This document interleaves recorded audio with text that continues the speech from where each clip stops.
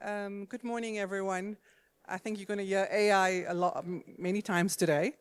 So our topic today is AI as a threat versus AI as a shield. Welcome, panel. I think artificial intelligence has fundamentally changed the way the cybersecurity battlefield. The same technology that allows us to detect threats faster, to have an automated response and predict attacks is also being used by adversaries to launch more sophisticated phishing campaigns and deepfake attacks. Case in point, the McKinsey attack yesterday. Today's conversation is really about a fascinating tension. AI as a threat versus AI as a shield. The real questions for organizations is not whether AI will be used in cybersecurity, but rather who will use it more effectively, the attackers or the defenders. And that's what we're going to explore today. I think when we talk about threats amplified by AI, critical infrastructure becomes a particularly high risk environment. Organizations like Eskom sit at the heart of national infrastructure, which makes cybersecurity not just an IT issue, but also a national resilience issue. Happyness. How do you see collaboration between private and public sectors shaping the ethical use of AI in cybersecurity? Thank you, Zakiyya, for that introduction and overview of AI as a threat and versus AI as a shield. So just to add on to what you were saying, and in terms of what AI really is, right? There was a study that was conducted by KPMG, and it showed that 66% of security leaders actually consider AI to be very, very productive when it comes to being ahead of the emerging cybersecurity threats.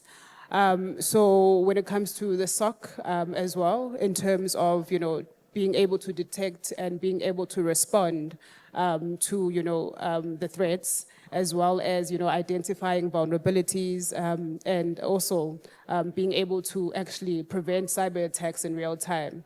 So with just that being said, you can really see how AI is revolutionizing, and we're constantly using it, definitely, in our defense kind of mechanisms. So how I see collaboration, I think that I'd really say that when it comes to the public and private sector, it really starts from the development and up until the deployment stages of artificial intelligence. So both sectors, for instance, collaborating to actually set, those ethical kind of standards. Like, for instance, if, the government actually uses AI to actually train, the AI model, as well as the private sector also using AI to train their, AI model. Both that combined actually eliminates the AI biasness, which is a concern because AI is also considered to be biased because it only learns from the data set, that it is given. So, having the two sectors collaborating, it really provides a more broader data set, and as well as providing a more balanced kind of output when it comes to the biasness of AI. I'd also say that when it comes to collaborating as well, you really can't also take away the governance portion because the ethical use really comes and is based on, the governance side of how do we then come together and, create the baseline around the accountability and the responsible use of data usage. So I think, with that being said, you don't want to have AI also being, a new digital divide. I think as organizations, we actually are consumers and clients of each other. So we really do need to somehow work together, to actually use AI as a shield. Yeah, I think that's, from me. Thank you, Happyness. Do you think we share enough threat intelligence across sectors? I think we try, right? Because a platform like these, right? This is basically a hub of learning, right? A hub of actually sharing that insight. It's not just about engaging via, speaking, but also just collaborating with other security industry leaders to just get a sense of what are they doing, and so that you can also implement it, whether it's private or public. I think we really just need to hold hands and drive this AI forward. Yeah. I think with AI increasingly used by attackers as well, the role of the cybersecurity professional is also evolving, right? So what emerging skills or mindsets should cybersecurity professionals develop to remain effective in defending critical infrastructure? Okay. I really feel like the fact that we are already in a tech industry, right? We already have an upper hand because we're constantly on our feet trying to actually be ahead of, the technology, trying to understand it better.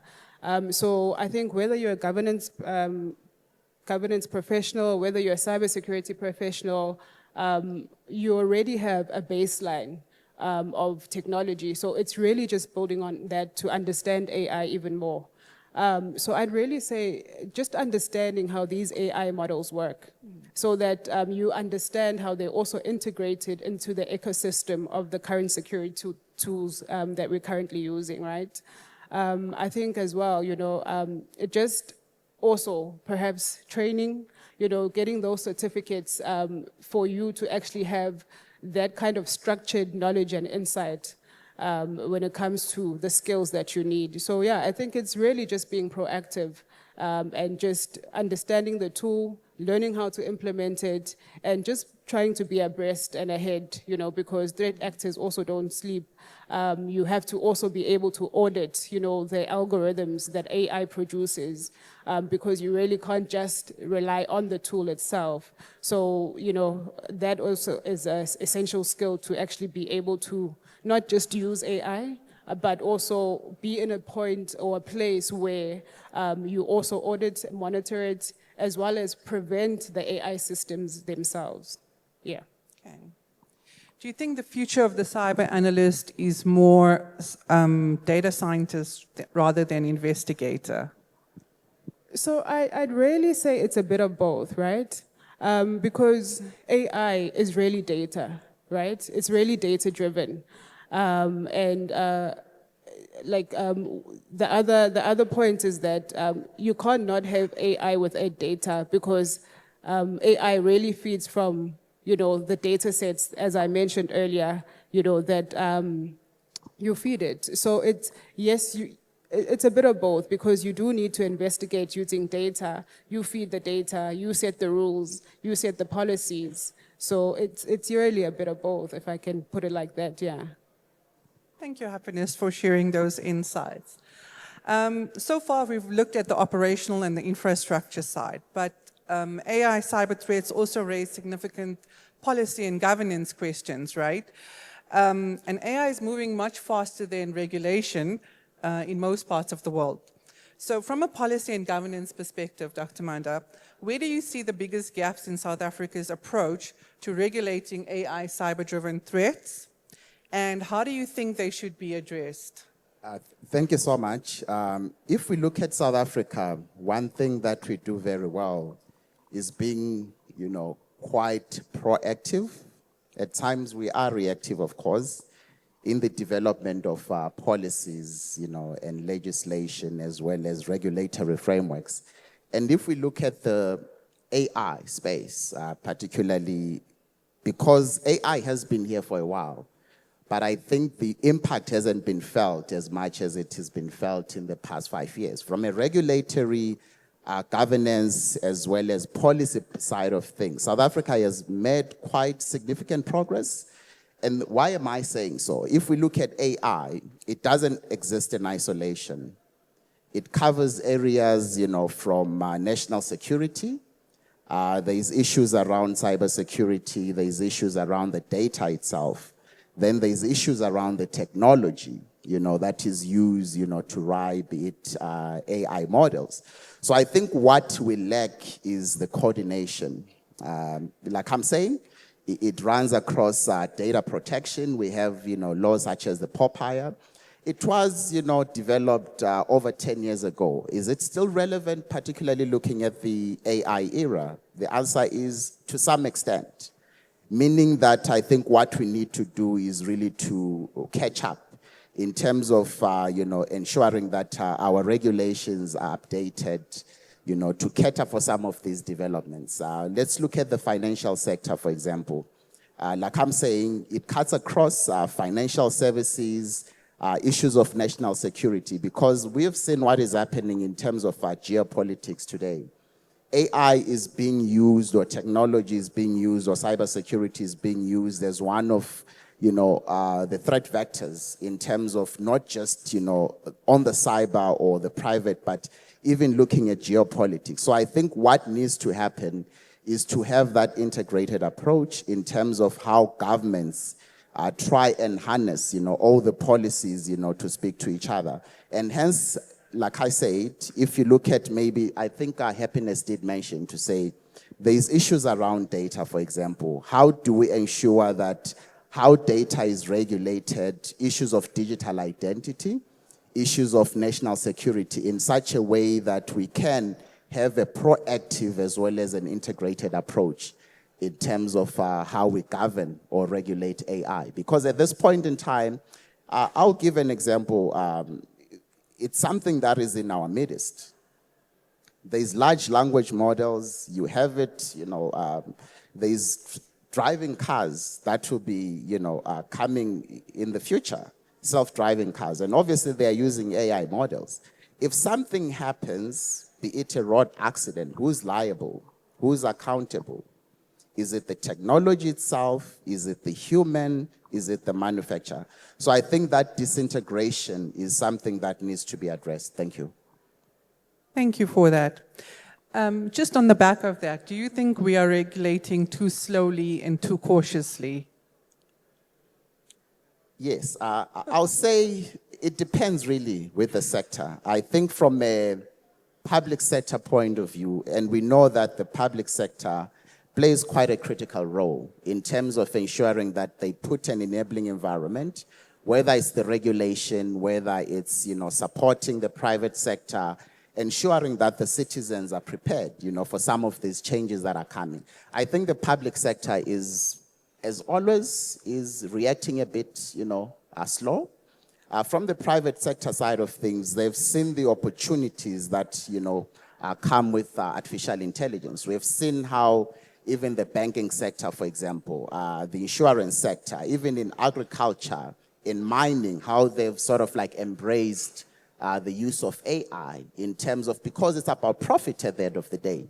But from the public sector side of things, because of lack of institutional capacity, we can't, debate the fact that we don't have the institutional capacity in the public sector, and we need the institutional capacity in order for the public sector to sort of like put in place the frameworks, the leadership that is supposed to sort of like direct, South Africa as a whole in terms of how do we, put in place the relevant mechanisms, how do we drive, how do we provide the necessary leadership in order to ensure that we leverage the benefits of AI. And like you said, it's a double-edged sword. How do we also protect the citizens? Earlier on, you spoke about collaboration between the public and the private sector. There is the citizen in the midst of this, because the moment you talk about AI, in most cases it's about data. There's a lot of data that is collected as we shop, as we transact. I saw just a few days ago where they were saying that ABSA is going to start using gambling data when making lending decisions. What does that do about digital identity? What does that do about issues of privacy? So can you see that it's a double-edged sword? And if government, for example, doesn't put the necessary frameworks in place, be it from a regulation, from a governance point of view, it goes back to some of the biases. And some of the biases have existed for decades.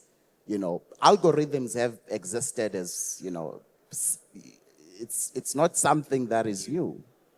The banking sector, we all know, for example, the history of the world, even in America, where depending with where you live, it will determine in terms of, whether they give you a loan, what rate they give you, or whether they see you as a risk. I think AI has actually enhanced that. So how do we begin to put in place mechanisms that can protect people? Thank you. Thank you, Dr. Manda, for that insight. As someone who's deeply involved in both industry as well as academia, what skills or research areas should the next generation of cybersecurity professionals focus on to effectively combat AI-powered attacks? Yes, I think one of the top skills is really understanding issues around machine learning and artificial intelligence. As much as cybersecurity professionals are not AI experts, that understanding, you cannot use or fight something that you don't know. I think that basic understanding of how some of these models work, basic understanding of some of the risks that come with the use of AI tools will then enable cybersecurity professionals to then understand in terms of the landscape, because the landscape is evolving. You need to understand what you want to use to your advantage, as well as understand what you need to fight. Like we said, AI is a double-edged sword. It is being used to target individuals. It is being used to target government institutions. It is being used to target financial institutions. I also mentioned that it's also a matter of national security. So understanding how artificial intelligence is being used, as a threat can then help cybersecurity professionals to then, and remember, the issue is also, it's not just the technology. We can put all the models, we can put all the tools, all the platforms together, but at the end of the day, it's also about the human. It's also about the institution. Are the institutions capable of responding, to some of those threats? Are the individuals in organizations capable of responding? We know that cybersecurity as we know it 10, 15 years ago has evolved due to artificial intelligence. Artificial intelligence is actually becoming more human. It's no longer the same that you receive an email, you need to just check, spelling errors.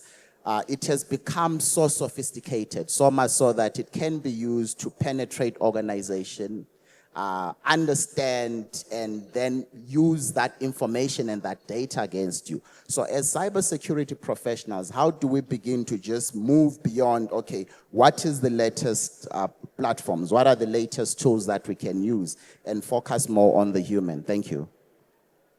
Thank you, Dr. Manda. We used to say we have a cybersecurity skills shortage, but now it looks like we have an AI skills shortage, which then just compounds the problem that we're facing and the challenges that we face from threat attacks.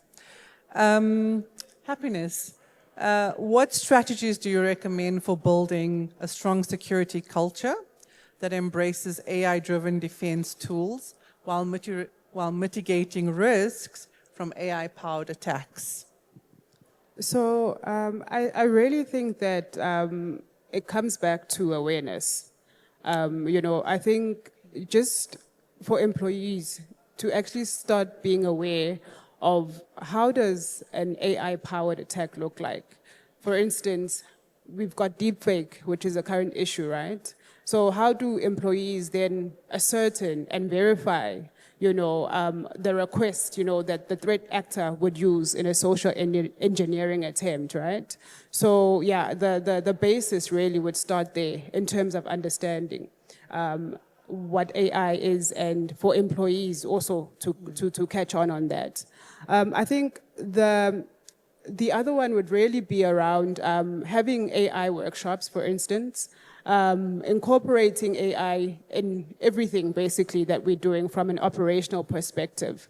Having perhaps simulated AI simulations, also having maybe like workshops to actually analyze AI threats, for instance. I think, yeah, that would really, really help in terms of having a secure culture that is AI ready. Again, not leaving out, governance when it comes to the auditing, the monitoring, because governance is really the backbone of everything when it comes to defining the policies and, also being able to determine who's accountable for what. So yeah, I think really that could help in having a strong AI-ready security culture. Have you embraced any of those workshops or into your operations in your current organization? Not really, hey. Honestly, I really haven't. I think the simulations that are ongoing are really cybersecurity simulations.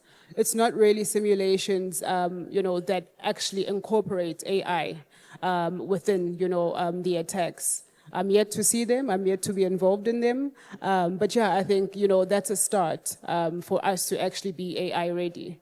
Incorporating AI. I think that's where the term actually comes from, to say you have to fight AI with AI, So yeah. Do you feel we're playing catch up in terms of AI skill, awareness, operations, AI ops, etc.? Because, to my earlier point, we focused a lot on cybersecurity skills, cybersecurity awareness, cybersecurity everything, right? The focus is there on protecting.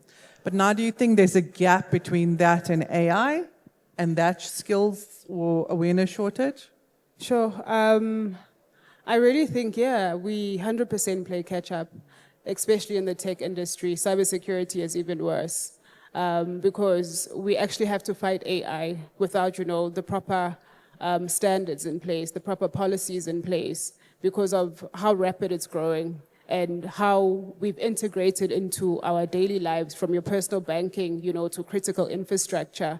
So I think, yeah, we really, really do find ourselves in a space whereby we really have to play catch up, because again, it comes back to shortage of skills, which is a concern. So we found ourselves in that kind of situation. And as you said earlier, that it's growing, the concerns are growing and the challenges are growing because skill shortage is an issue. So also finding the right skill to actually, be AI, ready and have that AI mindset is also a challenge. So definitely we end up playing catch up, whether we like it or not, unfortunately. Thank you, Happyness. Dr. Manda, given your experience leading digital transformation initiatives, how do you see AI reshaping the cybersecurity landscape for both public and private organizations in South Africa? No, thank you so much. And maybe just going back to our discussion earlier on, I think it has become clear that AI is that double-edged sword. It's something that we can actually use to enhance our cybersecurity posture, or it is something that can actually become our Achilles heel. What do I mean by that? If we look at, for example, the public sector, I think the situation is actually worse compared to the private sector in terms of issues around capacity. I think one thing that the public sector lacks is capacity, be it in terms of, it's something that has existed for a long time. The public sector doesn't have the capacity. And how do we then begin to use AI as a tool that can actually help in strengthening our cybersecurity posture, be it in terms of issues of intrusion detection, monitoring, threat monitoring? It's something that, for example, a human, without a lot of capacity, it becomes difficult to do. But with modern AI tools, it becomes easy, to then deploy those tools to be able to monitor what are the trends, what are some of the emerging threats. Something that, it will be very difficult to do with limited capacity as well as capability. It's also then about how do we ensure that, we change the way we view governance and risk management in the public sector as well as in the private sector, because before AI, the way we viewed risk management as well as governance, it was more simplified. We just follow the basic frameworks. There are so many frameworks that exist, that have been in existence for over 30 years. We follow those frameworks. We know that from a governance and risk perspective. But what AI has done is that it has introduced new risks as well as new governance issues. I think we spoke around issues of ethics. We spoke about issues of, of privacy, how AI has begun even to violate, issues of privacy, issues of ethics. Just recently, there's been a case, it's not a case really, but there's been something that was trending around the Meta AI, the Meta AI Ray-Ban glasses, where it was collecting private data, people being intimate, people being naked, people doing things that under normal circumstances, that data shouldn't have been collected. So how do we begin to govern such things? How do we begin to ensure that, like I said, even the citizen, even the individual is protected? So when we look at protection, it now goes beyond just the institution. It's now the individuals. It also begins to go just beyond the company, whether it's an Eskom, whether it's an Exaro, whether it's an engine, whether it's Coca-Cola, whether it's FNB, because now your clients can also be impacted by some of the decisions that you make around some of the tools that you deploy, even around the issues of data poisoning, for example. Remember, it's all about the data at the end of the day.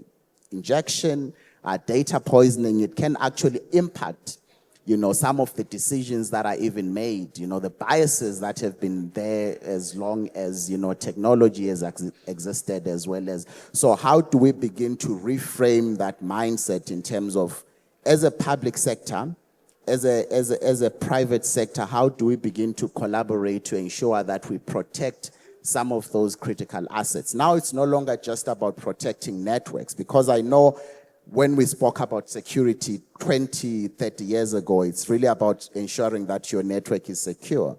Now it's also about securing your data. It's also about securing the institution itself. It's also about, securing the citizens. It's also about, securing the employees.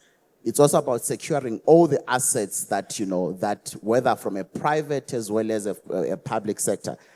Companies such as Eskom, if you look at issues of energy, for example, the way, AI has progressed in such a way that it can actually be used to take down critical national infrastructure such as energy, telecommunications. So it has to really get to that point where we shift that mindset. We see what is happening globally with some of the threats, with some of the wars that are happening. Of course, in South Africa, we might think that we are more secure, but the ripple effect is actually more dire than what we might think. Thank you. Thank you for those insights. In closing, I have a question for you. What will matter more in the future of cybersecurity, human intelligence or artificial intelligence? I'll say a blend of both, you see. Artificial intelligence is becoming more human. How do we begin to understand artificial intelligence and use it to our advantage to advance humanity, not the other way around? Thank you. Happyness, what about you? What's going to matter more, human intelligence or artificial intelligence? Sure. I also, I'm in support of what Dr. Moore has just mentioned, because AI, we've got to remember that, it learns from the data that we provided with it. So you really can't say it wins. We make it win based on how we basically feed it and how we train it. So yeah, there's a bit of both, the human element as well as, the AI being a part of our lives. Thank you. With today's discussion highlights is that AI is neither inherently a threat, nor is it a solution. It's a capability, and its impact depends entirely on how we choose to use it. We covered ethics, we covered privacy, we covered data compliance, both across public and private sectors. The organizations that succeed will be those that combine AI-driven capability with strong governance, skilled professionals, and a cross-sector collaboration. Thank you for joining my panel. Thank you. Thank you. We have 2 more minutes. I'm not sure if there's any questions for our panelists.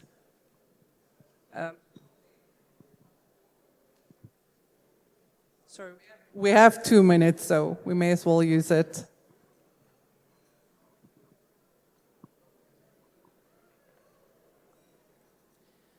Good morning, and thank you very much to the panel and the moderator.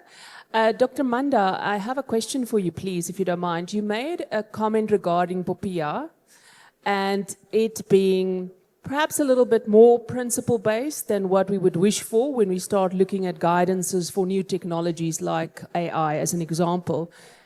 Maybe you can provide us your view on what changes would you like to see in legislation like POPIA to be future-ready when it comes to technologies? I think for me, it's really about accountability. Who is accountable? Like I said, AI has opened more threats than we previously experienced. And when it comes to issues of accountability, who is accountable? Is it the individual? Is it the institution? Is it the government? Who failed? So I think that is still lacking, which is why even from an enforcement point of view, if we are to experience major AI-driven threats, it will be difficult to use regulations such as, POPIA to hold, whoever is accountable, because it cuts across, like I said. It's a matter of national security. It can be issues of economic loss. It can be issues of where individuals, privacy, ethics are violated, but who's accountable? Thank you. And that's a wrap. We're out of time. Hi, sorry. They gave me a mic before you said it's a wrap. I apologize. I quite like that. The insurance industry needs to think about, when I buy a self-driving car, how do I insure the risk? But what I wanted, I don't know if you've got time, maybe you can take it away, around the skills. You mentioned something around, is there cybersecurity now going to be a data scientist? I think it's quite fascinating. I don't think we quite understand what is the skill that's needed. We've got a data engineer, you've got a data scientist, a data analyst, and I think perhaps it's something to think about around what are the real skills that are needed for the future. Yeah. Thank you.